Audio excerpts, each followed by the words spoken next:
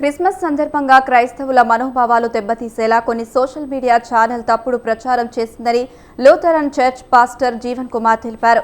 Hyderabad లక్డికపుల్లోని Lutheran చర్చ్లో ఏర్పాటు చేసిన సమావేశంలో పలువురు క్రైస్తవ మత పెద్దలతో కలిసి ఆయన మాట్లాడారు. 3 ఏళ్ల క్రితం ఇద్దరు పాస్టర్ల మధ్య జరిగిన గొడవను ఈ ఏడాది క్రిస్మస్ రోజు జరిగినట్లు కొన్ని యూట్యూబ్ ఛానల్స్లో ప్రసారం చేశారన్నారు.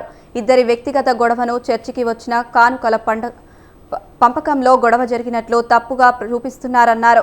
ఇది క్రైస్తవ సమాజానికి కించపరిచేలా ఉందన్నారు. తప్పు సరిచేసుకోకపోతే ఆ యూట్యూబ్ ఛానల్స్ పై లీగల్ గా పోరాటం చేస్తామని జీవన్ కుమార్ హెచ్చరించారు. ఈ యొక్క సంఘటన రిలే అయిందో దయచేసి మీరు వాస్తవాలు తెలుసుకోండి. మీరు వాస్తవాలు తెలుసుకోవటం కొరకు ఈ ప్రెస్ మీట్ మేము ఏర్పాటు చేసాం. కనీసం మీరు సంతృప్తి పరుస్తారని మా యొక్క ఆకాంక్ష, మా యొక్క ఆలోచన. కాబట్టి దీన్ని వేరే దురుద్దేశంతో తీసుకోవద్దు. మేమేదో ఆవేశంగా లేకపోతే ఏదో లోక సంబంధంగా మేము ఏదో కేసులు పెట్టి లేకపోతే ఏదో అల్లర్లు చేసి మేము చేయాలనే ఉద్దేశం మాకు లేదు.